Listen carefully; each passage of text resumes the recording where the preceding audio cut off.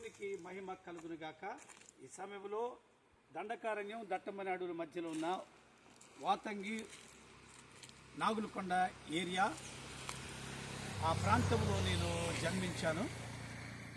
మరి అది మీరు చూడాలనుకుంటే గూగుల్ మ్యాప్లో చూడొచ్చు. ఇండియా, ఆంధ్రప్రదేశ్ రాష్ట్రము, ఏఎస్ఆర్ జిల్లా, రాజవొమ్మంగి మండల్, వాతంగి అంటే మీ గూగుల్లో వస్తుంది. చాలా భయంకరమైన అడవి ప్రాంతం అది. ఆ ప్రాంతంలో 1962లో జన్మించడం జరిగింది. ఒక ఆశ్చర్యమైన సంగతి మీకు చెప్పాలని నేను మీ మధ్యకు ఈ యొక్క మీడియా ద్వారా వచ్చాను. మరి యేసు ప్రభుని నమ్ముకొని రక్షణ పొంది నేను ఉన్నప్పుడు దేవుడు ఆశ్చర్యంగా ఒక కార్యం చేశారు. నేను ఆ కొండ ప్రాంతంలో యూత్ని తీసుకొని సువార్త ప్రకటించేవాడు. ఒకరోజు మధ్యాహ్నం నాకు ఒక లెటర్ వచ్చింది హైదరాబాద్ నుంచి. ఏటే లెటర్ నేను చూస్తే అక్కడ ఉద్యోగ నిమిత్తం నాకు వచ్చింది. కేంద్ర ప్రభుత్వంలో ఇండియన్ కౌన్సిల్ ఆఫ్ అగ్రికల్చర్ రీసెర్చ్లో ఆ యొక్క రైస్ రీసెర్చ్ అది బ్రాంచ్ అది, అక్కడ జాబ్కి వచ్చింది. నేను అప్లికేషన్ పెట్టలేదు. ఏంటి అని చెప్పేసి ఆలోచన చేసినప్పుడు తర్వాత మా అన్నయ్య గారు ఉత్తరం రాసి నేను అప్లికేషన్ పెట్టి నువ్వు రమ్మని చెప్పేసి అన్నారు. అప్పటికే నాకు ఉద్యోగం చేయాలని ఇష్టం లేదు. అయితే ఆ బైబిల్ పంచిపెట్టాలో ఒక ఆశ ఉండేది. అప్పుడు బైబిల్లో ఈ ప్రాంతాల్లోకి ఉండే కావు, బైబిల్ తెచ్చినట్టు వెళ్దాము అని చెప్పేసి అనుంటే నేను గిరిజనుని, ఎస్టీని, ఆదివాసిని. మాకు ఆ యొక్క ప్రయాణ ఖర్చులు, భోజన ఖర్చులు కూడా గవర్నమెంట్ ఇస్తుంది. ఆ ఉద్దేశంతో నేను అడవుల నుంచి ఆ యొక్క హైదరాబాద్ ప్రయాణమై వెళ్ళాను. ఆశ్చర్యంగా అక్కడ ఉద్యోగం వచ్చేసింది. అయితే నా స్థితి గురించి మీకు చెప్పాలని ఆశపడుతున్నాను. నేను మారు మనసు లేని సమయంలో ఏమేం పనులు చేసిన ఒక క్లుప్తంగా 2 మాటలు చెప్పాలని మీకు ఆశపడుతున్నాను. ఎందుకంటే సినిమాలు బాగా చూసేవాడు. నాకు ఇష్టమైన ఫేవరెట్ కృష్ణ. రాజమండ్రి వెళ్ళి సినిమాలు బాగా చూసేవాడు. ఎందుకంటే మా అన్నయ్య గారు అక్కడ హైదరాబాదులో ముందు రాజమండ్రిలో ఉద్యోగం చేశారు. సెలవులకు వెళ్ళిపోయి ప్రతి సినిమా చూసేసేవాడిని. ఓ సినిమా అంటే పెద్ద పిచ్చి నాకు. అదంతా మాత్రమే కాదు, కళ్ళు కూడా తాగేవాడు. తాటి కళ్ళు అని అంటారు. మా ప్రాంతంలో ఎక్కువ తాటి చెట్లు ఉంటాయి. తాటి కళ్ళు కూడా బాగా తాగిన వ్యక్తిని.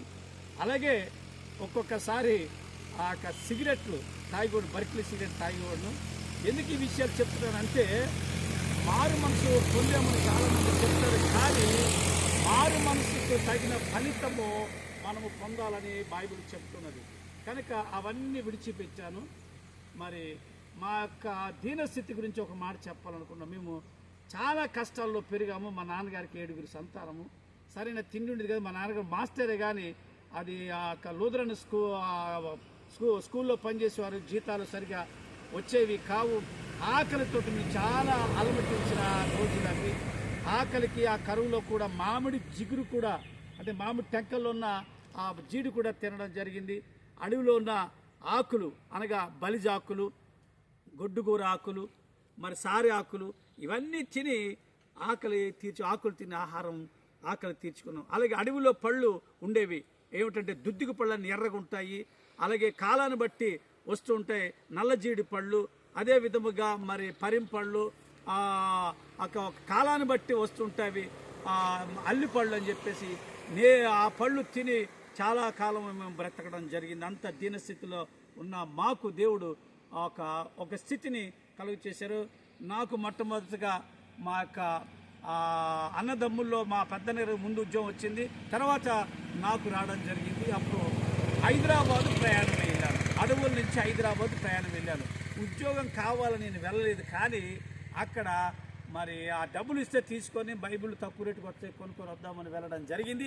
అయితే ఆ ఇంటర్వ్యూకి వెళ్ళేటప్పుడు నేనేం చేశానంటే, ప్రభా అది నీకు అనుకూలమైన వారికి ఇవ్వండి అని నేను ప్రార్థన చేస్తే అది నాకే ఆ పోస్ట్ రావడం జరిగింది. ఆ పోస్ట్ పేరు ఏంటంటే టెక్నికల్ అసిస్టెంట్ టు సైంటిస్ట్.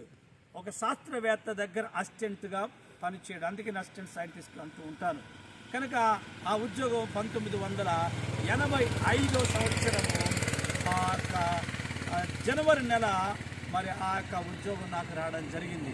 అయితే ఎందుకు ఇలా జరిగిందని నేను 3 సంవత్సరాలు భారంగా నేను ప్రార్థన చేయడం జరిగింది. ప్రార్థన చేసినప్పుడు ప్రభు దర్శనం చూపించారు. మళ్ళీ హైదరాబాద్ నుంచి అడవులకు ప్రాణమై కనిపిస్తున్నాయి చూసారా, ఎంత భయంకరమైన ఇక్కడ ఇప్పుడు ప్రస్తుతము మరి ఈ యొక్క అడవిలో నుండి మీకు చేస్తున్నాను. అప్పట్లో అడవిలో పెద్ద పులులు, టైగర్స్ తిరిగాయి, ఎలుగుబంట్లు, బైసన్స్, తిరిగే క్రూరమృగాలు ఉండేవి. మరి నాకు కూడా చాలాసార్లు అటాక్ చేయవలసిందే, దేవుడు తప్పించడం జరిగింది.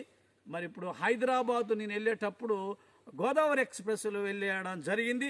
అయితే ఖాళీ లేని అంటే అసలు ఖాళీ ఉండేది కాదు, బాత్రూముల్లో కూడా ఉండి ప్రయాణం చేయడం జరిగింది. కనుక ఇన్ని కష్టాలు పడ్డా నాకు దేవుడు మరి ఎన్నుకున్నాడేమో.